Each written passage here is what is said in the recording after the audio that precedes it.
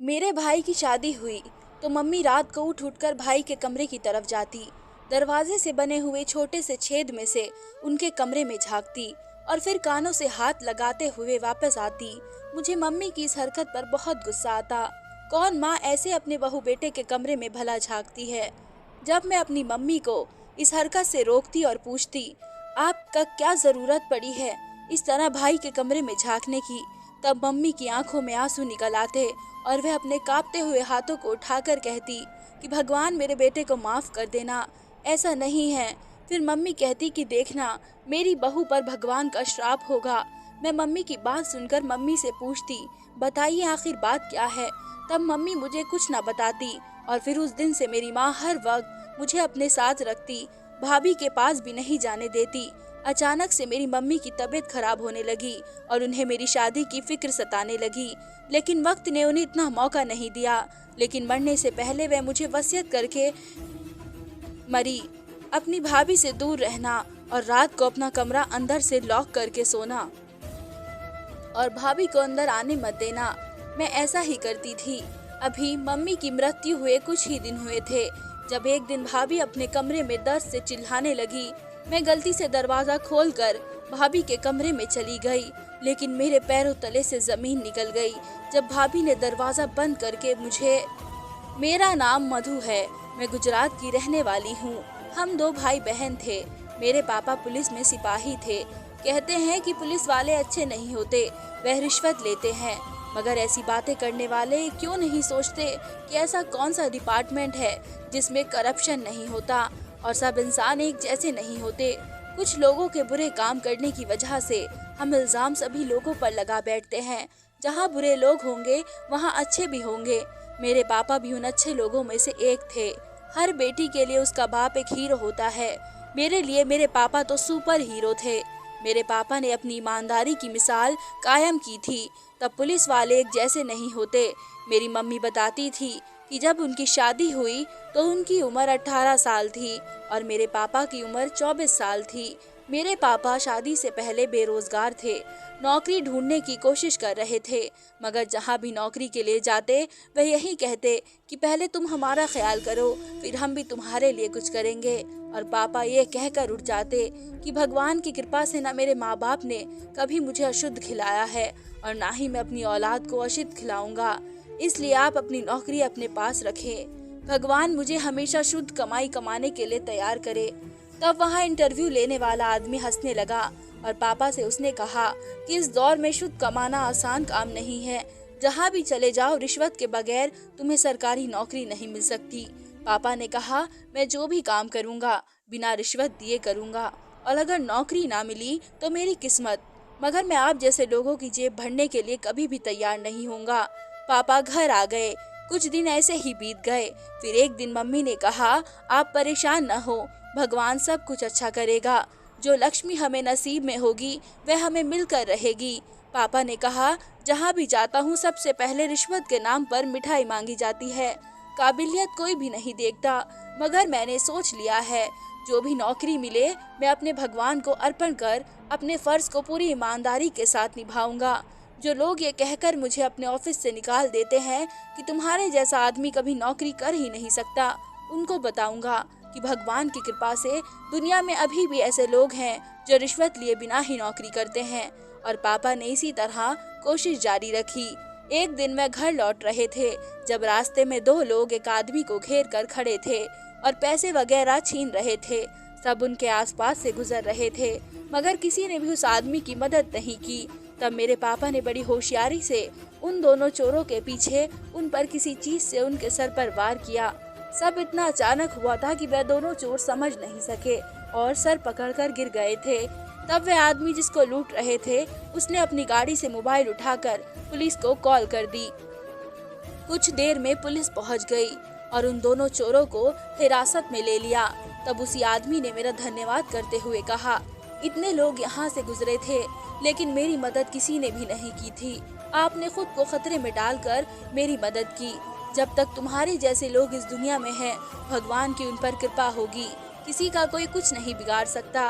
उस आदमी ने मेरे पापा से कहा, क्या आइए मैं आपको घर तक छोड़ दूं। पापा ने कहा, मैंने आपकी मदद की, मुझे उसका सिला नहीं चाहिए। उस आदमी ने कहा कि तुम वाकई खुददार और नेक इंसान लगते हो। मुझे तुमसे मिलकर बहुत खुशी हुई। और फिर पापा घर आ गए।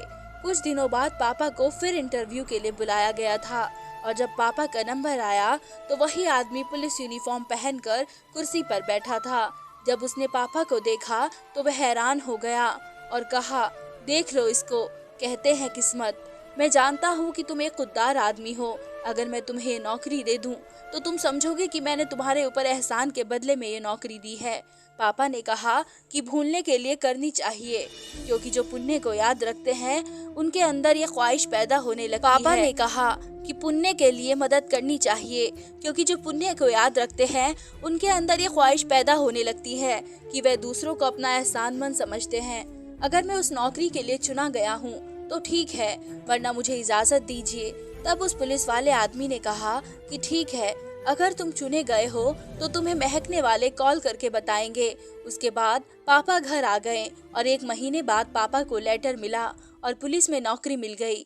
जिस दिन पापा ने ज्वाइनिंग की थी उस दिन वही पुलिस वाला, जो खुद एक बड़ा अफसर था, उसने पापा से कहा कि तुम उस नौकरी के लिए बिल्कुल अच्छे थे, इसलिए आज यहाँ हो। उसका एहसान मत समझना।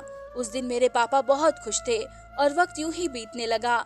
भाई की पढ़ाई पूरी हुई तो उन्होंने भी एक बैंक में जॉब मिल गई। मम्मी पापा हम सब बहुत अच्छी जिंदगी जी रहे थे। पापा की सर्विस खत्म होने में 1 साल रह गया था। पापा ने मेरा रिश्ता अपने ही करीबी दोस्त के भाई के बेटे से करवाया और साथ में मेरे भाई का रिश्ता भी मेरे पापा ने अपने दोस्त के साले के यहाँ तय कर दिया था। बस हम दोनों की शादी करना अभी बाकी था। इतने दिन की सर्विस में मेरे पापा ने घर जायदाद कुछ भी नहीं बनाया था।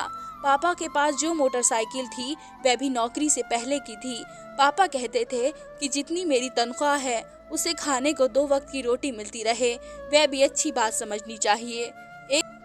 एक दिन पापा ऑन ड्यूटी पर खड़े थे। उन्होंने मेन हाईवे पर नाका लगाया हुआ था जब उनके सामने कुछ लोग जबरदस्ती औरतों और बच्चों को किडनैप करके ले जा रहे थे और कुछ लोग उनके साथ मिले हुए थे। पापा ने जब चेकिंग के लिए उनको उतारा तो पापा के साथ ड्यूटी पर जो अफसर ड्यूटी कर रहा था वह मेरे पापा से कह रहा था, ये लोग मेरी जान पहचान वाले हैं। पापा ने कहा, मुझे ये लोग कुछ अच्छे नहीं लग रहे हैं, इसलिए उनकी चेकिंग करना जरूरी है। पापा को अपने ऑफिसर की बात पर शक हो गया था, इसलिए उन्होंने पहले ही अपने सीनियर ऑफिसर को सूचना कर दी थी। उनमें से एक औरत ने पापा से इशारे से हाथ जोड़ते हुए मदद मांगी। पापा ने आदमियों से कहा कि आप सब लोग गाड़ी से बाहर निकलें, मुझे आपकी गाड़ी की तलाशी लेनी है। इतनी बात पर मेरे पापा से उलझने लगा और कहने लगा, प्लीज हमें जाने दें, हमें बहुत जल्दी है। पापा ने कहा, तुम लोग उन औरतों और बच्चों को जाने दो और खुद पुलिस के हवाले कर दो, तुम्हारे लिए यही अच्छा होगा। मगर वह नहीं माने। जब दूसरे पुलिस की दूसरी गाड़ी आते देखी तो वह लोग जबरदस्ती भागने लगे। जब पापा ने एक आदमी को पकड़ लिया, उस आदमी का साथी वैसे ही छोड़कर भागने लगा। जब पापा ने भागने वाले आदमी पर फायरिंग की और वो वही मौके पर मर गया। जिस आदमी को पापा ने पकड़ा हुआ था उस आदमी ने बड़ी चालाकी से पापा की पिस्तौल खींचकर उन्हीं पर गोली चला दी। उससे पहले कि वह आदमी गाड़ी लेकर भागता, दूसरी तरफ से पुलिस पहुंच गई थी। उन्होंने उसे भागने वाले किडनैपर को पकड़ लिया। पापा को लेकर जब तक अस्पताल पहुंचे तो मेरे पापा इस दुनिया से जा चुके थे। जो पुलिस ऑफिसर पापा के साथ ऑन ड्यूटी पर था उसे भी हिरासत में ले लिया गया। जब मामले की तह तक पहुंचे तो पता चला कि जो आदमी पापा के साथ ऑन ड्यूटी पर था वह खुद किडनैपर का साथी था। मगर अफसोस, जब तक के सब पता चलता मेरे पापा की मौत हो चुकी थी। हम सब बिल्कुल सदमे में डूबे हुए थे। पापा अपने फर्ज के लिए शहीद हो चुके थे। पापा के जाने के बाद हम सब पर एक कयामत टूट पड़ी थी। मम्मी ने हम भाई बहन को बहुत मुश्किल से संभाला था। पापा के जाने का दुख मुझसे बर्दाश्त नहीं हो रहा था। मैं बीमार रहने लगी थी।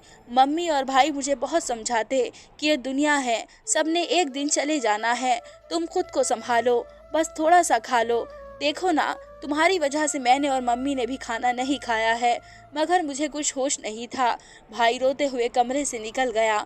मम्मी ने कहा, मधु बेटी, हमारी नहीं तो अपने पापा के खातिर समझ जाओ, तुम्हारे पापा की आत्मा को शांति नहीं मिलेगी। तब मैंने कई रोज बाद खाना खाया था। यूं ही 1 साल बीत गया।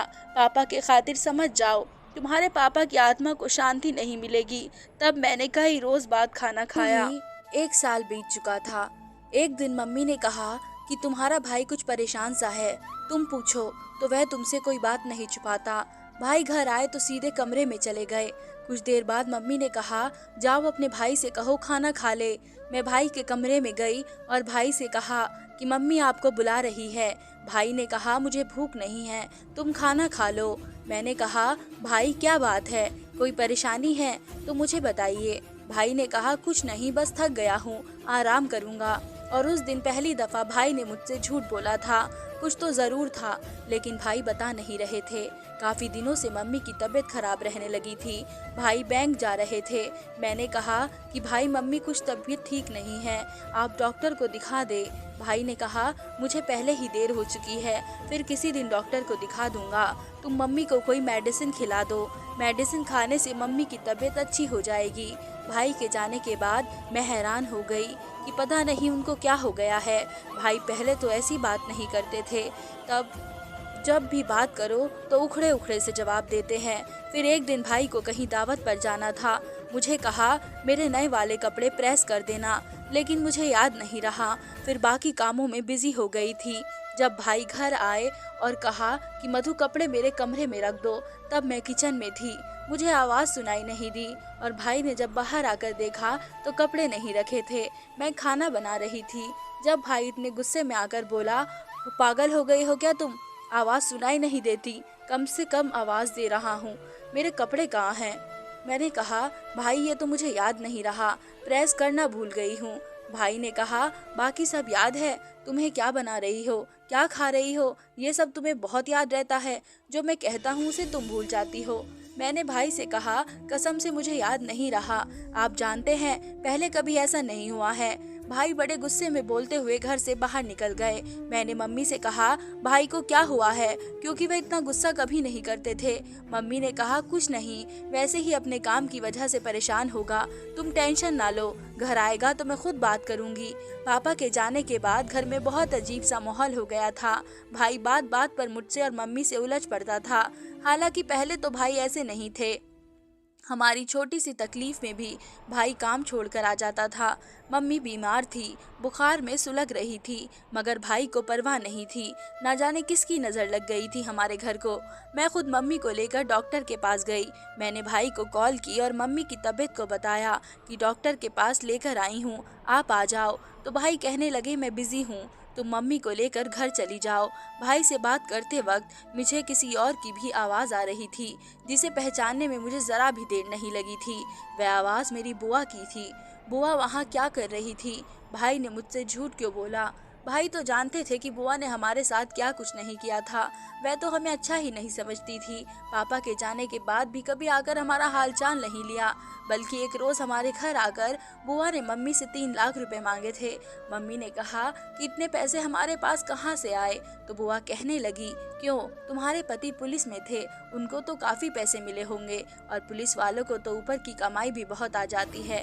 मम्मी ने कहा, बस तुम बहुत ज़्यादा बोल रही हो, तुम अच्छी तरह से जानती हो कि तुम्हारे भाई कितने खुददार थे। वह कभी रिश्वत नहीं लेते थे, उन्होंने कभी भी हराम की कमाई नहीं ली। आप क्या जाने हमारे घर के हालात कैसे चल रहे हैं। आपने तो खुद सारी ज़िंदगी दूसरों को धोखा देने में गुजार दिया, हमें बुरा भला कहते हुए चली गई। तब से उसने हमारे घर आना जाना छोड़ दिया था, और आज भाई उन्हीं के घर पर बैठा था। मुझे यकीन नहीं आ रहा था। फिर मैंने सोचा, हो सकता है मेरा वहम हो। मेरा भाई जो कभी हम पर जान देता था, वह हमसे बेगाना सा लगने लगा था, और इसी टेंशन में मम्मी बीमार पड़ गई थी। थोड़े दिनों के बाद में मम्मी की तबीयत अच्छी हुई तो भाई ने एक दिन आकर कहा कि मैं बुआ की सहेली, उनकी बेटी राधिका से शादी करना चाहता हूँ, आपको मेरे साथ चलना होगा। मम्मी ने कहा, तुम्हारा रिश्ता तुम्हारे पापा ने अपने दोस्त के साले के बेटी से तय किया है, और तुम्हें बता भी दिया था। उस वक्त तुम राजी थे, अब कैसे अपने पापा की बात को झुठलाने लगे हो? तुम्हें बिल्कुल भी शादी के लिए मैं तैयार नहीं हूँ। आज ही जाकर उनसे शादी की तारीख ले आती हूँ। वह कब से इंतज़ार कर रही होगी। वह मुझसे कई दफ़ा पूछ चुके हैं कि कब तक शादी की तैयारी करेंगे। मैं अब ज़्यादा देर नहीं रुकूंगी, उस वक्त तुम्हारे पापा ने जो भी किया था वह तुम्हारी रजामंदी से किया था। मगर भाई ने बिल्कुल साफ साफ मना कर दिया कि मुझे बुआ की सहेली की बेटी राधिका से ही शादी करनी है। अगर आप साथ नहीं दोगे तो मैं फिर कोर्ट मैरिज भी कर लूंगा और आपको पूछूंगा भी नहीं। भाई मम्मी को धमकाने लगा, लेकिन मम्मी राजी नहीं हुई। भाई बोला कि वह लोग तुम्हें ठीक है, तुम अच्छी तरह से सोच लो। तुम जानते हो तुम्हारी बुआ कुछ अलग तबीयत की है, कल को तुम्हें पछताना न पड़े। फिर न कहना मम्मी ने रोका नहीं था। भाई ने कहा, आपको नहीं चलना मेरे साथ तो मत जाओ, लेकिन इस तरह की बातें बिल्कुल भी मत करो। मम्मी आपकी मुझे कोई जरूरत नहीं। मैं और मम्मी बहुत परेशान हो गए। कहा, हमारा इतना हंसता खेलता घर था, मगर अब घर अजीब सा लगने लगा था और दिन ब दिन हालत बिगड़ने लगी थी। भाई ने बुआ की सहेली की बेटी से शादी कर ली थी। मम्मी ने भाई को बहुत समझाया था, मगर वह नहीं माने और अपनी जिद पूरी कर ली। बुआ की सहेली की बेटी राधिका अपनी माँ की तरह बड़ी चालाक थी। भाई के सामने तो बहुत धीमे धीमे शब्दों में बात करती थी, मगर जैसे ही भाई घर से जाते तो भाभी का रवैया मम्मी के साथ अजीब हो जाता। मगर मैंने जो बात नोट की थी वह बड़ी अजीब थी। अब मम्मी रोज रात को भाई के कमरे के बाहर खड़े होकर अंदर झांकती थी। मुझे मम्मी की यह हरकत बहुत बुरी लगती थी। मैं मम्मी से पूछती तो वह मुझे कुछ भी नहीं बताती, मगर मेरी एक छोटी मौसी थी, उसको मेरी माँ सारी बातें बताया करती थी। उन्हें कहती कि तुम जल्दी से आ जाओ, और मम्मी हर वक्त परेशान रहती और भगवान से प्रार्थना करती रहती कि भगवान मेरे बेटे को माफ कर दे। और कहती कि तेरी भाभी रात को न जाने तेरे भाई के साथ क्या करती और है। एक दिन माँ को गुस्सा आ गया। माँ ने भाभी से कह दिया कि मैंने अपने बेटे की शादी बहुत पहले उसके पिता के दोस्त के यहाँ कर दी थी। यह सुनते में भाई भी आ गए तो भाई पे भी माँ चिल्ला कर चढ़ गई कि तुम्हें तुम्हारी पत्नी ने अंधा कर दिया है, तुम्हें तो अपनी माँ बहन नजर नहीं आती, तुम दोनों मेरी बेटी से दूर रहो, तुम्हारी वजह से सब कुछ बर्बाद हो गया। मेरी फूलों जैसी बेटी तुम्हारी बीवी के कामों के बोझ तले दब गई है। तुम्हारी बीवी सारा दिन कमरे में पता नहीं क्या करती रहती है, घर का कोई काम नहीं करती। मैं बीमार हूँ, ये मुझे संभाले या तुम्हारी बीवी को। भाई ने कहा, माँ बस कर दें आप तो शुरू से ही राधिका के खिलाफ थी, अब इसलिए इस तरह की बातें कर रही हैं। मम्मी ने कहा, अभी वक्त है, संभल जाओ वरना बहुत पछताओगे। भाई ने मम्मी की बातें अनसुनी कर दी और कमरे से बाहर निकल गए। मेरी मम्मी हर वक्त मुझे बाहर अपने साथ रखती थी, भाभी के पास भी नहीं जाने देती थी। अचानक मम्मी की तबीयत बहुत खराब रहने लगी और उन्हें मेरी शादी की फिक्र सताने लगी, लेकिन वक्त ने उन्हें इतना मौका नहीं दिया। लेकिन मरने से पहले मैं मुझे वसीयत करके गई कि अपनी भाभी से दूर रहना और रात को कमरा लॉक करके सोना और भाभी को अंदर नहीं आने देना। मैं ऐसा ही करती। अभी माँ को गुजरे 1 महीना भी नहीं हुआ था जब एक दिन अचानक भाभी दर्द से चिल्लाने लगी। मैं गलती से दरवाज़ा खोलकर भाभी के कमरे में चली गई, लेकिन मेरे पैरों तले से ज़मीन निकल गई, क्योंकि मेरे अंदर जाते ही भाभी ने दरवाज़ा बंद कर दिया और बड़ी अजीब आवाज़ में कुछ पढ़कर मुझ पर फूंकना शुरू कर दिया। मैं दरवाज़ा खोलकर बाहर की तरफ भागी कि अचानक मैं अपनी मौसी से टकरा गई। मौसी के साथ एक बूढ़ी औरत भी थी। उसने कहा, घबराओ नहीं, अब मैं आ गई हूँ। उस औरत ने कुछ पढ़ना शुरू कर दिया। तभी भाभी अजीब आवाज़ों में कहने लगी, बूढ़ी औरत क्यों मेरे हाथों से मरना चाहती है, चली जा यहाँ से। और मधु, तेरी शादी तो मैं अपने भाई से करवा कर रहूँगी। हमारी किस्मत अच्छी थी कि उस वक्त भाई भी घर आ गया था। भाई भी सब जान चुके था। वह बूढ़ी औरत कोई और नहीं, वह मेरी होने वाली सास थी और यह सब काम वह अच्छी तरह से जानती थी। फिर मेरे भाभी के ऊपर से भूत भगाने के लिए उन्होंने ज़मीन पर गोला बनाया और भाभी को पहले उस गोले के अंदर खड़ा किया, उसके बाद उन्हें बाहर निकाला। फिर उसके बाद भाई को उस गोले के अंदर खड़ा किया, फिर उन्हें भी बाहर निकाला। उसके बाद मेरी बारी आई और मुझे भी उस गोले के अंदर जाना पड़ा। फिर उन्होंने कहा कि तुम मुट्ठी बांध कर बैठो और जब तक ना कहूँ मुट्ठी मत खोलना, थोड़ी देर तक बैठी रहो इसके अंदर। फिर वह अपने मंत्र ऊंची आवाज़ में पढ़ने लगी। फिर मेरी भाभी ये सब देख बहुत तेज़ गुस्सा हो गई और मेरी होने वाली सास कहने लगी, तुम ये सब क्या कर रही हो। फिर वह मेरे सास से माफ़ी मांगने लगी, कह रही थी कि इसमें मेरा कोई कसूर नहीं है, मुझे छोड़ दो, जो मेरी आंटी ने कहा था मैं वही कर रही हूँ। मगर मेरी सास ने कुछ पढ़कर मेरी भाभी पर फूंक मारी जा रही थी और कहने लगी, मधु की माँ को मारने वाली ये औरत है, उन्हें कोई बीमारी नहीं थी, बल्कि उन्हीं की बहू राधिका ने उनके जादू टोने से बीमार करके मार डाला। इसके लिए इसने नींबू को काट कर उसमें तावीज़ रख कर सुइयाँ लगाई थी और इस नींबू का रस निकाल कर अपने पति को पिलाती रही। उसके दिल और दिमाग को बांध दिया था ताकि वे अपने घर वालों से नफरत करने लग जाए। और उससे मोहब्बत करके अचानक भाभी रोती हुई भाई के पैरों में गिर पड़ी और फिर वह हर बात अपने मुंह से बताने लगी। असल में मेरी जो बुआ थी वे जादू टोने में बहुत माहिर थी। जब मेरी मम्मी से पैसे मांगने की आई थी और हमने उसको पैसे नहीं दिए तो इसकी वजह से उसके दिल में बहुत मलाल था और वह हमसे बदला लेना चाह रही थी। जब भी वह मेरे भाई को मेरी मम्मी से दूर कर गई, उन्होंने तावीज़ के जरिए मेरे भाई को अपने काबू में किया और अपनी सहेली की बेटी से शादी करवा दी। अब मेरी भाभी रोज रात को कमरे में एक टोटका भी जलाती थी ताकि मेरा भाई उनकी मुट्ठी में रहे। उस घर में सिर्फ मेरी भाभी ही की चलती थी। बस मौसी ने आने में देर कर दी थी। काश वे मेरी माँ के मरने से पहले ही आ जाती, मगर आज जब वह घर आई तो सब हकीकत खुलकर सामने आ गई। अब मेरे भाई पर सब असर खत्म हो गए थे। भाई ने उसी वक्त अपनी पत्नी को डिवोर्स देने का सोचा। अब भाई रो रहे थे। मौसी मेरे पास बैठी थी और मेरी सास अब परेशान मत हो कह रही थी। मैं अपनी मौसी के गले लग गई। मेरी मौसी ने कहा, बेटी अब सब ठीक हो गया है। हमारे अपनों ने ही हमें लूट लिया था। इन लोगों ने मेरी माँ से मुझे जुदा कर दिया। इन लोगों ने मेरी माँ को छीन लिया। मेरी माँ ने इनका क्या बिगाड़ा था? फिर मैंने अपनी मौसी से पूछा कि आपको ये सब कैसे पता चला? तब मौसी ने बताया कि तुम्हारी माँ ये हकीकत जान गई थी। उसने मुझे फ़ोन करके यहाँ बुलाया था, मगर मेरे टिकट देर से मिलने की वजह से मैं वक्त पर नहीं पहुँच सकी। भाई अभी तक रो रहा था, मगर अब वक्त गुजर चुका था। लेकिन उसमें मेरे भाई का भी कोई कसूर नहीं था। ये जादू इंसान को अपने बस में नहीं रहने देता। इंसान वही करता है जो वह जादू टोने वाले करवाते हैं। भाई ने मुझसे माफ़ी मांगी। मैंने माफ़ कर दिया था क्योंकि भाई तो एक मोहरा था। हमें तबाह करने वाली तो मेरी बुआ और उनकी सहेली थी। और फिर कुछ दिनों बाद राधिका का कार एक्सीडेंट हुआ और वह मौके पर ही मर गई। बेटी के गम में मेरी बुआ की सहेली पागल हो चुकी थी और उस एक्सीडेंट में मेरी बुआ भी थी। उनका बाजू के साथ टांग भी टूट चुकी थी। अब इस बात को 3 साल हो गए हैं। जब भी मुझे ये सब याद आता है तो मेरी रूह कांप जाती है, मगर आज भी ऐसा लगता है जैसे कल की ही बात है। और फिर जहाँ पापा ने भाई का रिश्ता तय किया था, मेरी खाला ने भाई की वहीं शादी करवा दी थी। मेरी भाभी बहुत अच्छी है। फिर कुछ दिन बाद मेरी मौसी ने भी मेरी शादी मेरे पापा ने जहाँ कहीं करवाई थी वहीं पर करवा दी। मेरे ससुराल में सब बहुत अच्छे थे। मेरा पति पंकज मेरा बहुत ख्याल रखते थे और मेरी बुआ भी टांग टूटने की वजह से बहुत लाचार हो गई थी और उसकी वजह से फूफा भी घर छोड़कर कहीं चले गए थे। उन लोगों को अपने किए की सज़ा मिल गई थी।